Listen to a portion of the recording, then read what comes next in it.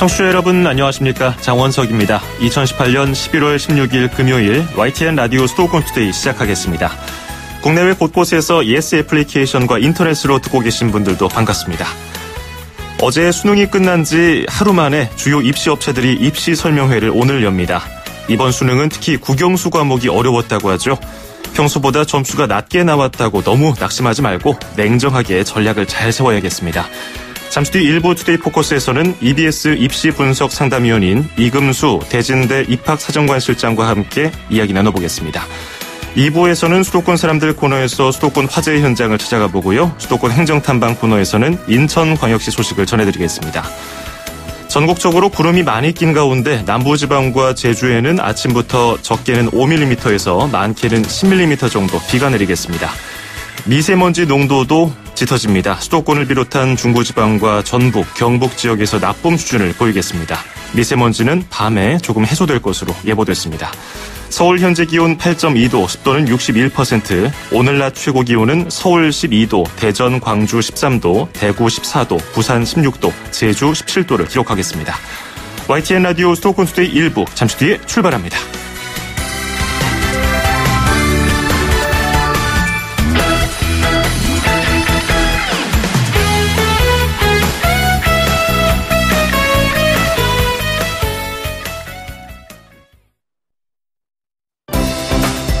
수도권과 관련된 소식은 모두 여기 YTN 라디오 수도권 투데이.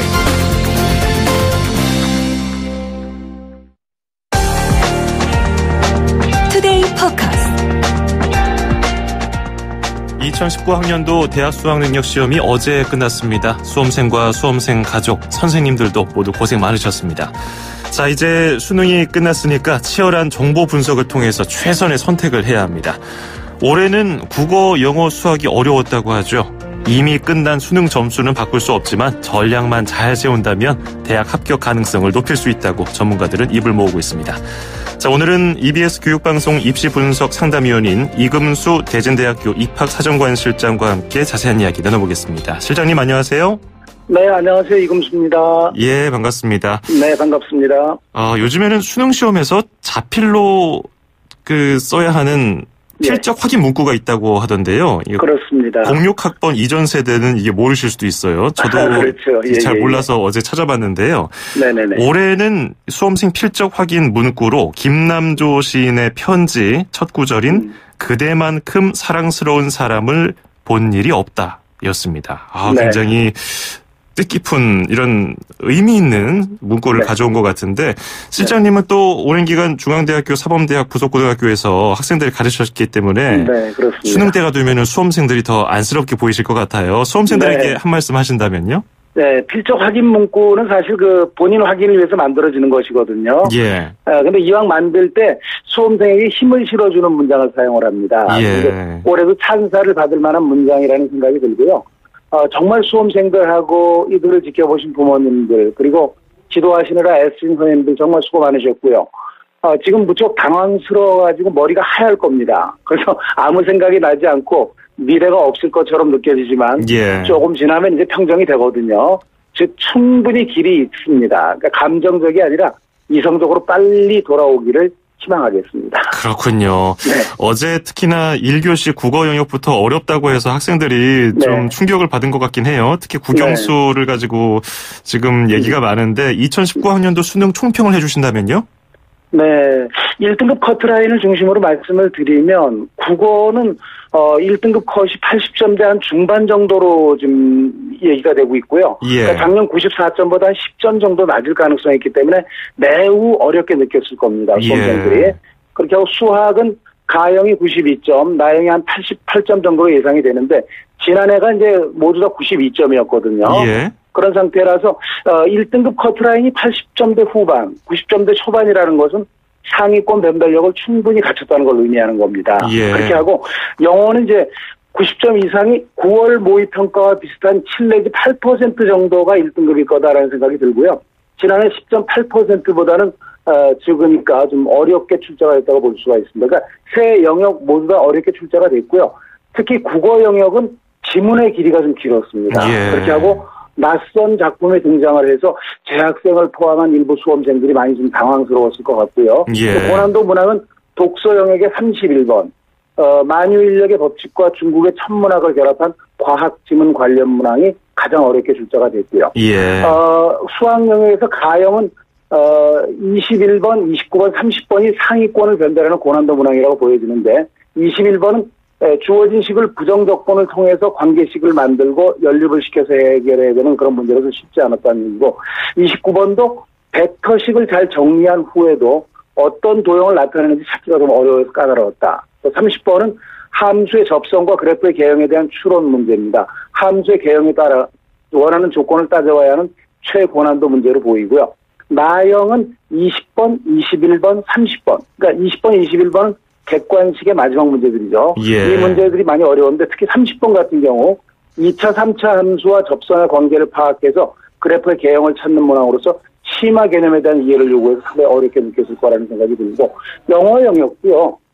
아주 쉬운 문항이 지난해는 출제가 됐었는데 이런 것도 좀 배제가 됐어요. 그래서 이제 변별력을 갖춘 문항이 좀 많이 늘었기 때문에 지난해 수능보다는 충분하게 변별력을 갖췄다 이렇게 볼 수가 있겠습니다. 예. 제가 이슈가 되고 있는 국어 영역 31번, 네. 방금 말씀하신 거 만유인력의 법칙과 중국의 네네. 천문학, 이 문제를 제가 직접 살펴봤거든요. 네. 수준이 굉장히 높더라고요. 네. 이게 또 이제 인문계 학생들은 예. 어려웠을 것 같아요. 과학 지문이었기 때문에. 그렇군요. 네. 2005년도 수능 이후에 가장 어려웠다 뭐 이런 분석도 있던데 그러면 상위권 학생들의 경우는 한두 문제 차이로 등급이 바뀔 수도 있겠어요? 그렇습니다. 그리고 이제 특히 1교시다 보니까 학생들이 많이 충격을 먹고 예. 당황했을 것 같아요. 그래서 이게 2교시, 3교시도 계속 연결이 되지 않았나는 생각이 들기도 합니다. 예. 자, 이제 대학 합격을 가르는 변수가 될 과목으로는 또 영어가 꼽히기도 하는데 네네네. 지난해보다는 조금 어려웠다고 평가를 해주셨어요. 네. 근데 영어 영역은 이제 절대평가지 않습니까? 네. 그럼 오히려 변별력이 떨어지진 않을까요? 그래서 절대평가기 때문에 목표 등급에 맞춰서 점수를 받으면 된다고 생각하지만 문제는 난이도입니다. 예. 그러니까 올해같이 좀 어려워서 등급을 받지 못하면 수시 모집의 수능 최저학력 기준을 맞추지 못하는 상황이 많이 발생을 하거든요. 예. 그런 상황이 되고 또 이제 각 대학 지원자의 성적이 비슷한 경우가 많으니까 1점 차 탈락을 피하는 노력이 필요하다는 생각이 들고요. 등급이 잘 나왔다면 등급 간 점수 차를 크게 두는 대학을 지원하는 게 바람직하고 또 등급이 더 적다면 점수 차가 적은 대학을 지원하는 것이 바람직하다는 생각이 듭니다. 그래서 예. 이제 적용하는 방식 자체가 대학마다 좀 달라요. 예. 이제 감점 방식, 가점 방식, 또 등급별 점수 차를 주는 대학이 있는데 감점 방식 대학은 대표적인 게 이제 서울대하고 고려대라고 볼 수 있습니다. 예. 그러니까 서울대는 한 등급이 낮아지면 0.5점씩 깎기 때문에 9등급이면 4점을 잃게 되는 거고요. 예. 고려대 같은 경우는 1, 2등급 차이는 1점이고 나머지 등급들이 2점 차이가 됩니다. 그러니까 이제 고대, 서울대 갈 정도만 2등급 정도는 적어도 맞을 테니까 2등급 정도의 학생들 정시 지원이 가능하다는 생각이 들고요. 그렇군요. 그러니까 가점 방식이 있습니다. 서강대, 성대가 이제 특히 그런데 서강대는 9등급이 이제 92점을 줍니다. 그래서 예. 이제 한 등급 올라갈 때마다 1점씩 더해줘가지고 1등급이 100점이 되는 거거든요. 예. 그런데 성균관대는 점수폭이 좀 커요. 최대 11점이고 최소 2점인데 인문계는 3에서 5등급, 자연계는 4에서 등급 사이 점수가 특히 큽니다. 예, 예. 그러니까 이런 대학들은 이제 가점 방식이기 때문에 좀 신경을 써야 되겠고 또 특히 영어 2등급 정도가 되면 지원이 거의 불가능한 대학도 있습니다. 이런 대학들이 이제 연세대학교 1등급이 100점인데 2등급 수험생은 95점입니다. 5점 벌써 감점이 돼버리죠. 예. 한양대도 1등급 100점에서 시작해서 2 내지 16점씩 감점이 되기 때문에 애들이 쉽지 않고요. 이화여대도 마찬가지고 숙명여대. 그러니까 이런 4개의 대학들은 영어 2등급을 하게 되면 점수 차이가 폭이 크기 때문에 지원하기가 좀 마땅하지 않다라고 볼 수가 있겠습니다. 예, 이거 참 꼼꼼하게 잘 살펴서 대학별로 맞춤형 지원을 해야겠군요. 네네네. 자, 이제 수능 시험은 끝났지만 그렇다고 해서 대학 입시가 뭐 끝난 건 아니고 이제 시작입니다. 예, 정시 모집 원서 접수는 다음 달 말에 진행되죠? 네, 2018년 12월 29일입니다. 토요일부터 출발해서요. 2019년 1월 3일 목요일 중에 3일 이상이 접수 기간입니다. 예. 접수 마감 날짜와 시간을 잘 체크해서 원서를 넣어야 되겠는데 마감 시간을 잘못 알고 늦게 지원했다가 접수를 못하는 경우가 종종 생겨요. 예. 이런 경우에는 그냥 어떻게 보면 한 장을 날린다? 이렇게 생각될 수 있거든요. 그러니까 너무 아깝죠.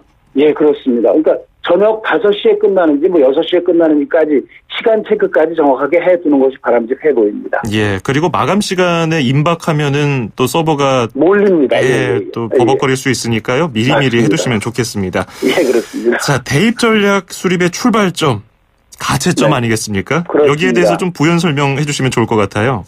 네, 이 가채점은 그야말로 수능 지금 직후인데 현재 수시와 정시 지원 여부를 판단하는 그 중요한 잣대라고 볼 수가 있겠죠. 예. 근데 수능 성적이 12월 5일날 발표가 되는데 가채점 결과를 기준으로 해서 지원 전략을 짜야 됩니다. 그러니까 가채점 결과에서 너무너무 잘 나왔다. 그러면은 대학별 고사에 갈 필요가 없겠죠. 남아있는 예. 대학별 고사에. 그래서 정시에 지원하면 되겠고. 근데 간당간당하거나 덜 잘 봤다.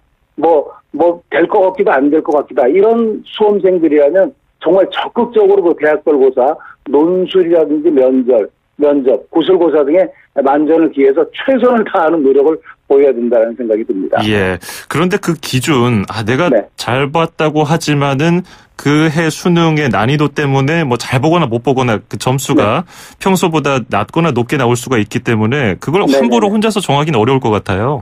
그렇죠. 이제 그 전반적인 점수를 보는데, 그냥 말 그대로 가채점입니다. 네. 가채점이기 때문에 뭐 그냥 합산해가지고 생각해서도 안 되고 이제 생각할 점이 많이 있거든요. 예. 그런 것들은 조금 이따 정시에 관련된 말씀을 드릴 때 말씀드리겠습니다. 그렇군요. 그리고 수시 모집과 관련해서 합격 네. 가능성을 높이려고 수시 모집을 좀 하향 지원한 수험생들도 적지 않잖아요. 네네네. 근데 수능 가채점을 했더니 기대했던 점수를 받거나 혹은 예상보다 더 잘 봐서 정시 모집으로 더 상위권 대학에 갈 수 있지 않을까 고민이 될 것 같은데 이런 경우는 어떤 조언해 주시겠습니까? 네, 그런 경우는 굳이 그 수시에 대학별 고사에 지원할 필요가 없을 것 같습니다. 예. 정시 때도 충분히 갈 수 있습니다. 근데 이제 정시라고 하는 것은 사실상, 그대로 그냥 현재 원점수를 가지고 하는 것이 아니고, 뭐 표준 점수라든지 100분의 1을 사용할 수도 있고, 그렇죠. 또 영역별 반영 비율도 있고, 또 환산 점수까지 있는 거기 때문에, 그러니까 아주 신중하게 생각을 해야 됩니다. 그러니까 비슷하다. 조금 나은 대학을 갈 수 있겠다고 한다면 수시 지원 대학을 적극적으로 지원하는 것이 바람직해 보입니다. 예, 정시에만 모든 걸 쏟아붓기보다는 네네네. 수시라든지 다른 것들도 같이 살펴보는 게 필요하다는 조언이었고, 네네네. 근데 이미 수시 모집을 해서 합격한 학생들은 아무리 수능 점수가 잘 나왔다고 해도 정시 모집에는 응시할 수가 없죠. 네, 그렇습니다.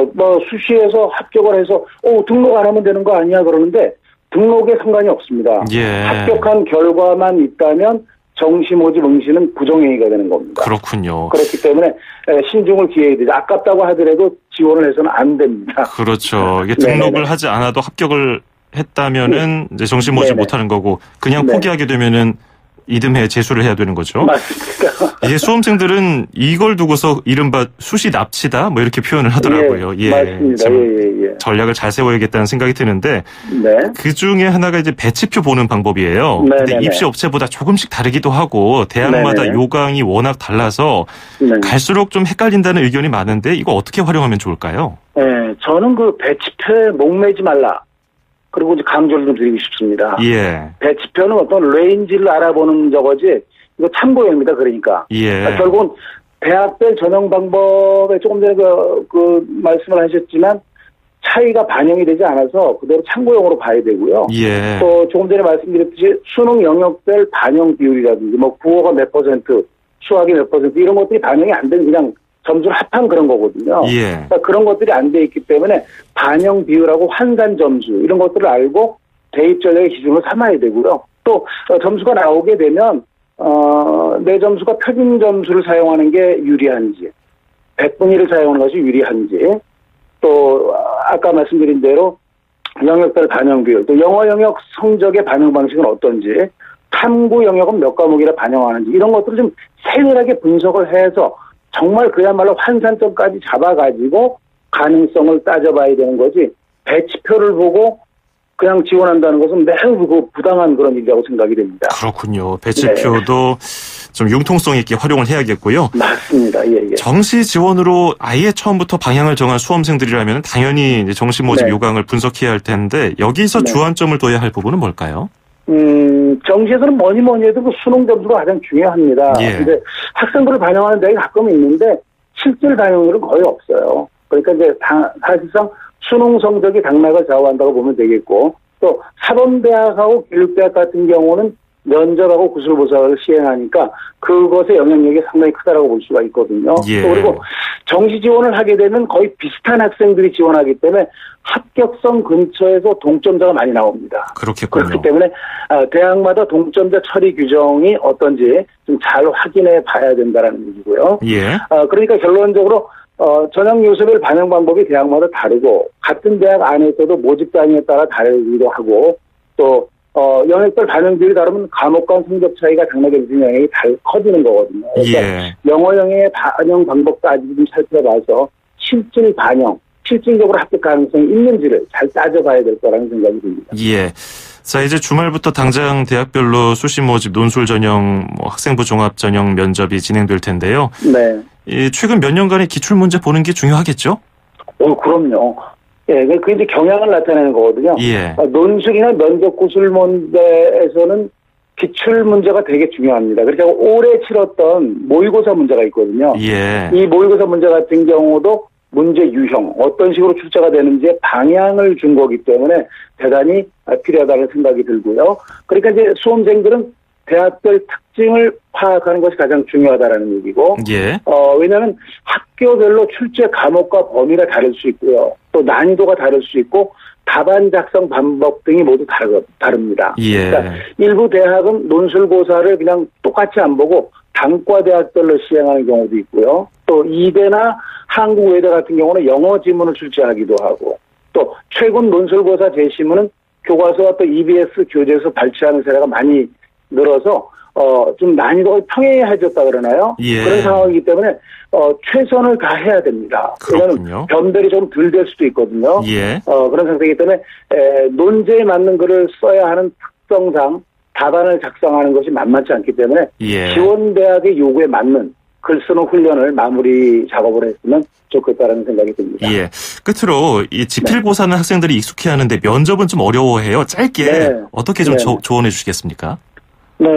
어떻게 보면 시간이 얼마 남지 않아서 말씀을 크게 드릴 수는 없는데 어떻게 보면은 질문자의 내용을 먼저 이해하는 게 제일 먼저겠죠. 그런데 그걸 잘 전달하는 훈련이 필요한데 질문자의 의도에 맞게끔 두 갈식으로, 그러니까 이러해서 결론적으로 이렇다 하고 얘기하는 것보다는 던져놓고 나서 그 자신의 생각을 던져놓고 나서 그 뒷받침하는 내용들을 이야기하는 것이 바람직하겠고요. 또 자신감 있는 어투도 중요합니다. 또 지금 현재 시사와 연계한 질문이 있을 수 있기 때문에 최근 이슈와 관련되어 있는 배경 지식을 미리 좀 쌓아두는 것도 필요해 보입니다. 알겠습니다. 이제 오늘부터 입시 설명회가 본격적으로 시작되는데요. 학부모님들 그리고 수험생들 전략 잘 세워서 좋은 결과 얻길 바라겠습니다. 오늘 도움 말씀 잘 들었습니다. 고맙습니다. 감사합니다. 지금까지 EBS 교육방송 입시 분석 상담위원인 이금수 대진대 입학사정관 실장이었습니다.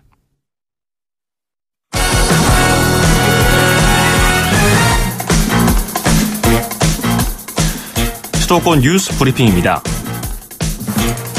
9.13 대책 여파로 매수자들의 관망세가 짙어지면서 서울 아파트값이 지난해 9월 첫째 주 이후 61주 만에 하락 전환했습니다. 한국감정원 자료를 보면 이번 주 서울 아파트값은 지난주보다 0.01% 하락했습니다. 특히 송파구가 0.1% 떨어져서 서울에서 낙폭이 가장 컸고 강남구도 0.09% 하락하는 등 그동안 급등했던 강남 4구 지역의 하락세가 두드러졌습니다.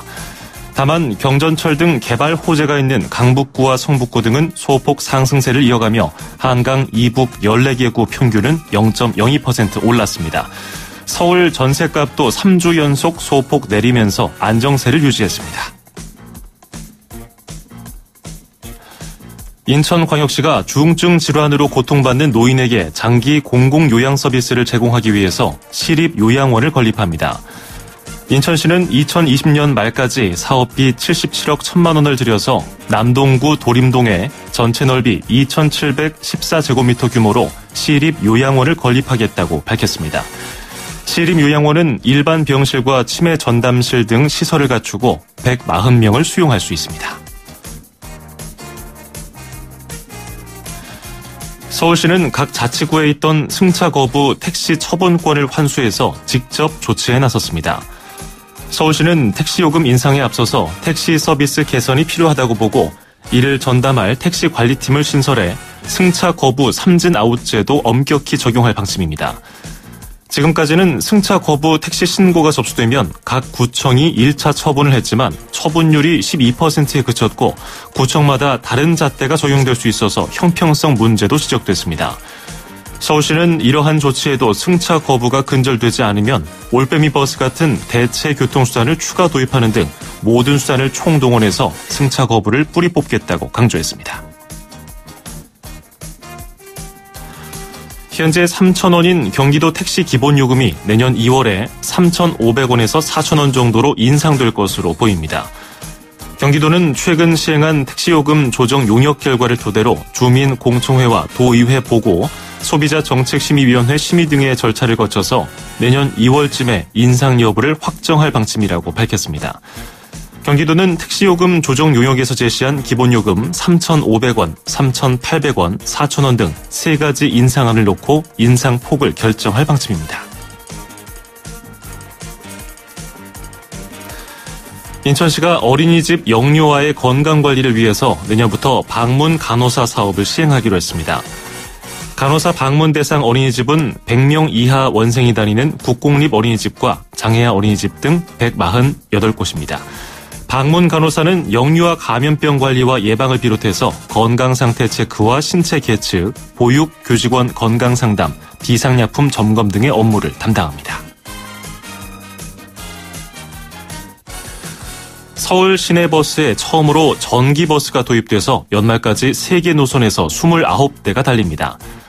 서울시는 서울 도심을 관통하는 1711번 노선 차량 한 대를 전기버스로 바꿔서 운행하기 시작해 오는 20일까지 버스 9대가 순차적으로 전기버스로 바뀐다고 밝혔습니다. 또 연말까지 3413번과 6514번 버스도 전기버스로 운행됩니다. 전기버스는 주행 때 대기 오염물질이 발생하지 않아서 CNG, 즉 압축 천연가스 버스보다 진일보한 친환경 교통수단으로 평가받고 있습니다. 서울시는 2025년까지 친환경 전기버스를 3,000대 규모로 확대한다는 계획입니다. 경기도가 빅데이터를 기반으로 한 지역 상권 정보 제공 웹서비스를 개발해서 제공합니다. 경기도와 경기도 경제과학진흥원이 개발한 상권 영향 분석 서비스는 그동안 정보가 부족해서 창업과 경영에 어려움을 겪은 예비 창업자와 영세 소상공인, 자영업자들에게 빅데이터 기반 정보를 제공해서 의사결정을 할 수 있도록 돕는 정보 분석 인프라입니다. 이 서비스는 달마다 6억 건 이상 빅데이터 분석 정보를 기반으로 31개 시군의 골목 상권과 관련한 각종 평가 지표를 제공하게 됩니다. 지금까지 수도권 뉴스 브리핑이었습니다.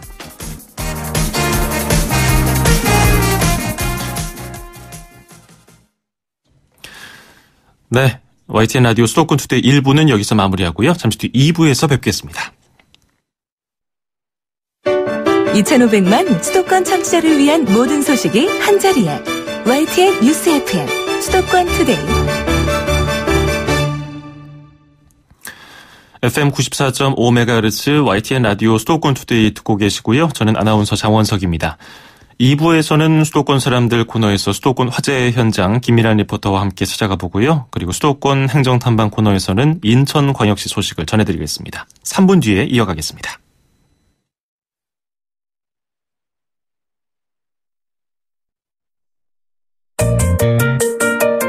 음악과 수도권 뉴스가 한방에 수도권 전문 방송 수도권 투데이.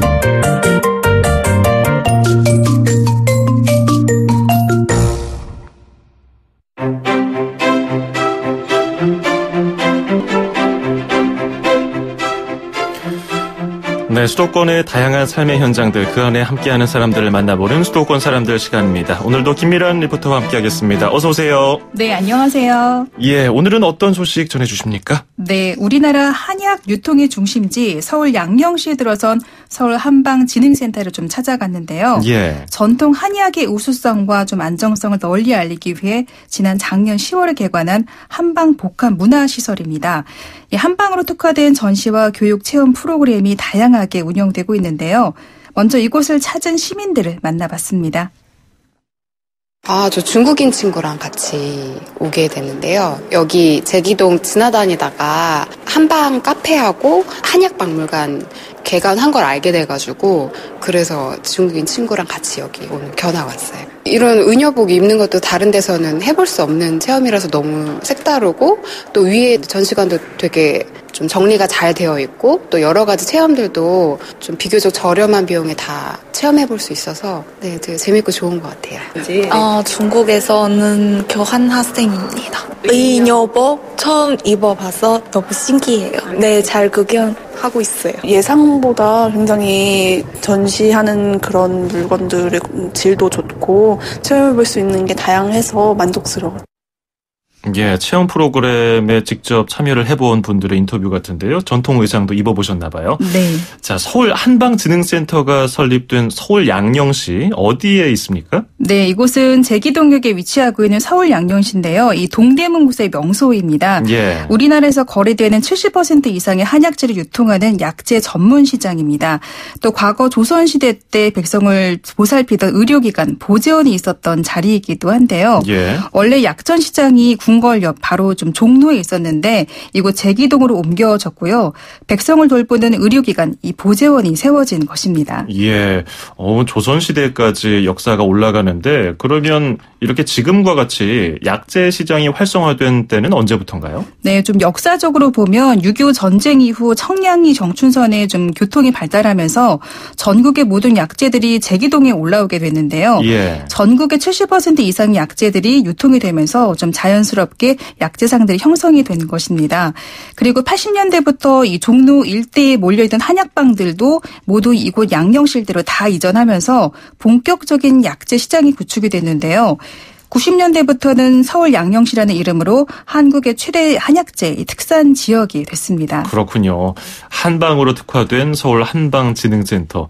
전시물도 많을 것 같고요. 체험 프로그램들도 아까 보니까 좀 많았던 것 같은데 구체적으로 어떤 게 있었습니까? 네, 이 국내 한약재가 500여 가지가 넘는데요. 예. 이 중에 350여 가지가 좀 전시가 돼 있습니다. 예, 그리고 한방 관련 좀 전시나 약선, 요리, 건강관리 체험뿐 아니라 한방 진료까지 다양하게 만나볼 수가 있는데요. 예, 그중에 시민들에게 보재원과 조격 체험 프로그램이 아주 인기가 많다고 합니다. 5,000원이라는 좀 저렴한 비용에 건강과 좀 피부를 관리할 수 있고 또 체험할 수가 있는데요. 체험관리센터장 박소정 씨에게 좀 소개를 조금 더 들어보시죠.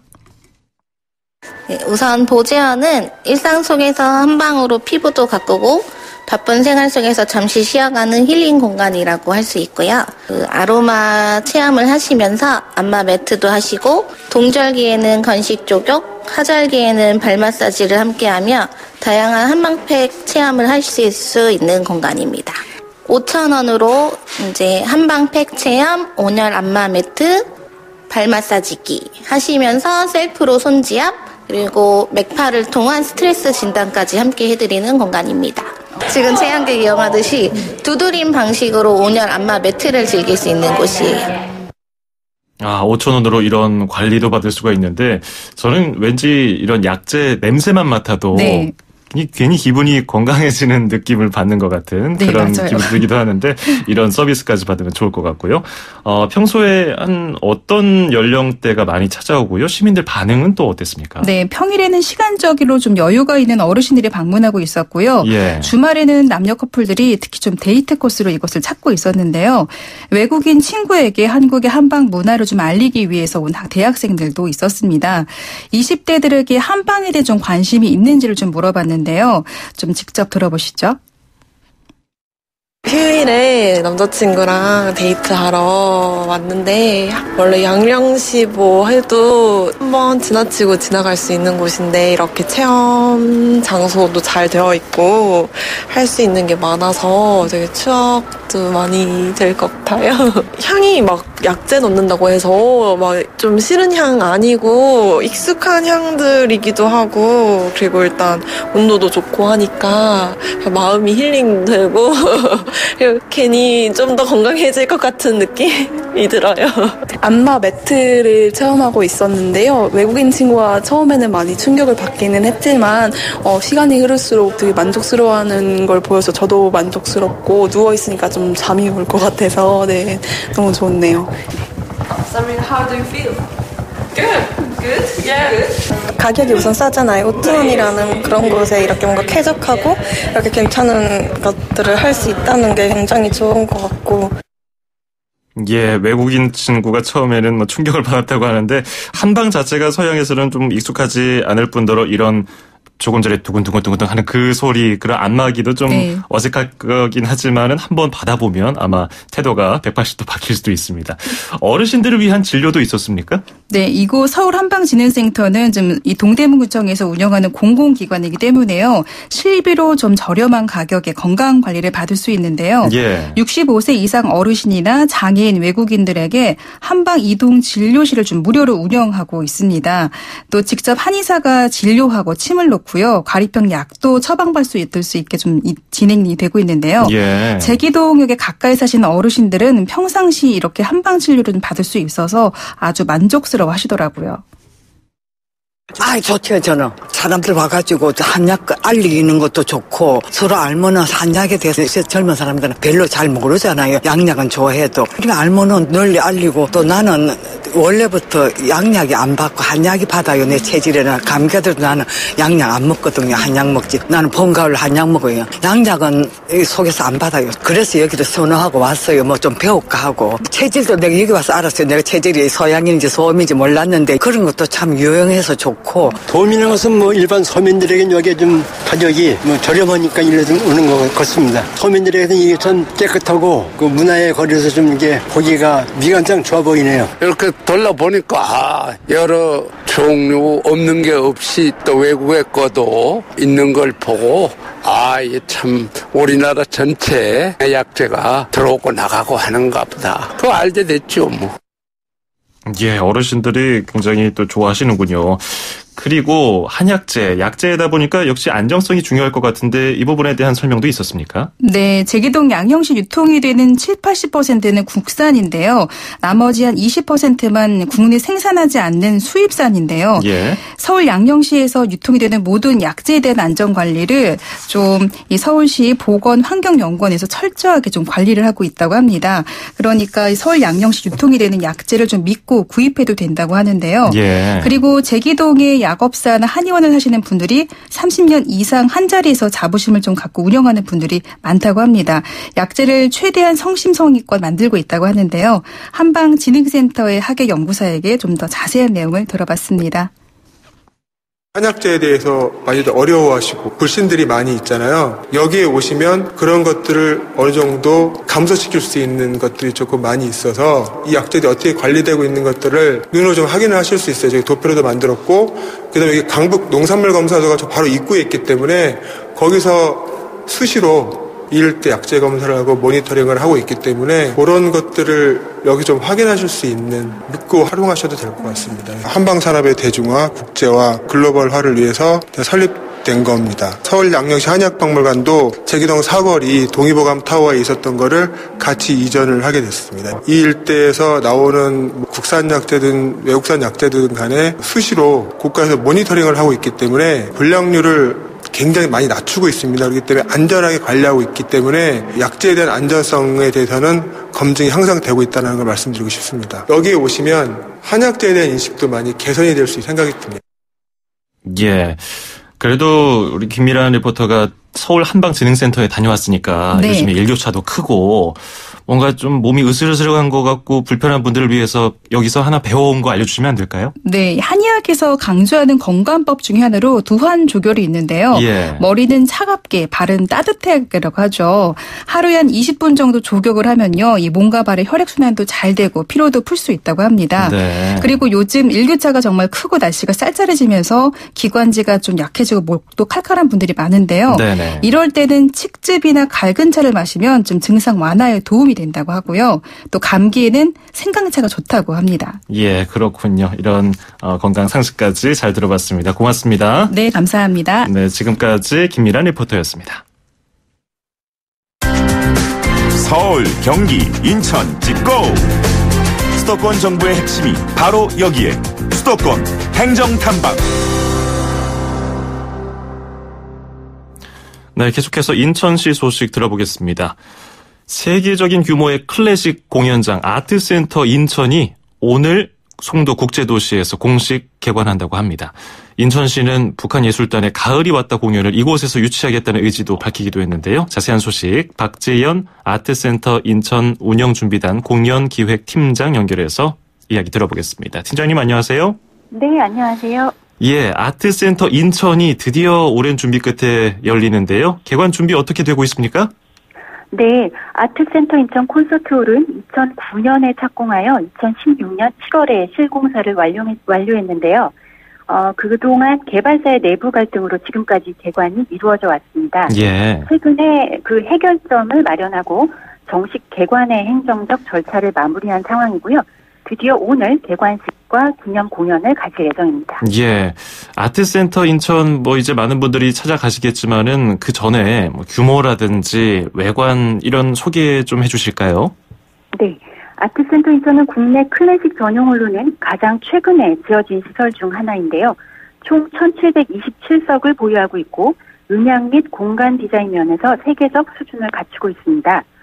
특히 오케스트라를 지휘하는 손 모습에서 영감을 얻어 설계된 독특한 외관과 바다에서 영감을 얻은 콘서트홀 내부의 천정 공면, 빈야드와 슈박스 스타일의 장점을 혼합한 객석 등은 아트센터 인천만이 지닌 특징이라 할 수 있습니다. 게다가 바다를 바라볼 수 있는 전망 또한 다른 공연장에서 접할 수 없는 큰 자랑거리이자 경쟁력이 될 것 같습니다. 그렇군요. 지역에 이런 공연장, 멋진 공연장이 있다는 것, 시민들의 문화생활에 여러 도움을 주기도 하고 자부심도 느낄 수 있을 것 같은데요. 시민들이 문화를 가깝게 느끼는 계기가 될 수 있을 것으로 보세요? 네, 맞습니다. 네, 그렇게 기대를 하고 있고요. 예, 네. 앞으로도 많은 노력 부탁드리고요. 이번 개관과 관련해서 축하 공연도 함께 진행이 되는 걸로 알고 있는데요. 그 소개도 좀 부탁드리겠습니다. 네, 16일, 오늘이죠. 오늘 그 개관 첫날은 이병욱 지휘자가 이끄는 인천 시립교향악단 공연으로 세계적인 아티스트의 협연 무대가 예정되어 있는데요. 예. 이 공연은 시민들과 함께 개관을 축하한다는 의미에서 전석 초대로 마련을 했습니다. 그리고 내일 17일에는 산타 체칠리아 오케스트라와 피아니스트 조성진의 내한 공연이 준비되어 있는데요. 특히 거장 지휘자 안토니오 파파노 그리고 클래식계 최고의 슈퍼스타인 조성진의 조합으로 관심을 모으고 있습니다. 이번 개관을 시작으로 시민들과 문화예술 도시 인천의 비전을 함께 그려나가고 더불어 세계적 수준을 갖춘 아트센터 인천의 경쟁력을 보여주고자 합니다. 예, 지금 이야기를 나누고 있는 것이 인천에 오늘 열리는 세계적인 규모의 클래식 공연장 아트센터 인천입니다. 이제 인천시는 북한예술단의 가을이 왔다 공연을 여기서 유치하겠다는 의지도 밝혔는데요. 지난 2009년에 착공에 들어가서 2016년 7월에 완료가 됐는데 좀 미뤄지다가 이제 오늘 개관을 하게 됩니다. 그래서 기다린 분들이 그동안 많았던 것 같아요. 티켓 그 오픈 뒤에 1분 만에 매진이 됐다는 소식이 들었는데 반응 어땠습니까? 네, 맞습니다. 아마도 그 시민분들이 그 오랫동안 기다렸던 만큼 기대도 컸던 것 같습니다. 16일, 17일 공연 모두 오픈하자마자 매진이 되어서 현재는 더 이상 좌석을 구하기가 어려운 상황입니다. 예. 네, 그래서 앞으로도 좋은 공연들도 많이 준비할 예정이니 시민분들의 그 계속적인 관심과 애정 부탁드리고자 합니다. 예. 지역에 이런 멋진 시설이 생기면 이제 처음에는 화려하게 하다가 나중에 또 관리가 안 되는 경우가 있어서 또 걱정하는 분들이 계시지만 잘 준비를 한다면은 지속적으로 좀 고급스러운 그런 공연, 시민들이 만족할 만한 공연이 이어지면 시민들도 굉장히 좋아하실 것 같은데요. 앞으로 어떤 계획이 있는지 또 인천 시민들에게 당부 말씀 있으시다면 한 말씀 부탁드리겠습니다. 네, 16일, 17일 개관 기념 공연에 이어서 12월에도 두 번의 공연이 예정되어 있습니다. 12월 22일에는 세계적인 바이올리니스트의 리사이틀이 준비되어 있고요. 12월 29일에는 송년음악회로 오페라 갈라 콘서트가 준비되어 있습니다. 그리고 2019년 시즌 공연도 현재 준비 중에 있는데요. 아트센터 인천 콘서트홀의 강점을 살릴 수 있는 수준 높은 공연과 대중적으로 접근할 수 있는 콘텐츠 등 다양한 층의 관객을 흡수할 수 있는 공연들로 구성할 예정입니다. 이번 개관 공연을 통해서 정말 많은 분들이 관심을 갖고 계시구나 하고 느꼈는데요. 인천 시민분들이 자랑스러워할 만한 문화공간으로 만들어 나갈 것을 약속드립니다. 예. 아트센터 인천 많이 사랑해 주시길 부탁드릴게요. 네. 감사합니다. 네. 송도 국제도시에 열리잖아요. 네. 어떻게 자차로 가도 주차 공간이 충분한가요? 아니면 대중교통 이용하는 게 나을까요? 자차로 오셔도 주차 공간이 충분해서 주차하시는 데는 큰 어려움이 없으실 거고요. 예. 대중교통으로 오신다면 지하철역에서 도보로 한 10분 이내의 거리에 있습니다. 그래서 예. 아마 이용하신 데는 큰 어려움 없으실 것 같습니다. 지하철역 이름은 뭐죠? 센트럴파크역에서. 그렇군요. 예, 알겠습니다. 오늘 말씀 잘 들었습니다. 고맙습니다. 네, 감사합니다. 네, 지금까지 박지연 아트센터 인천 운영준비단 공연기획팀장이었습니다.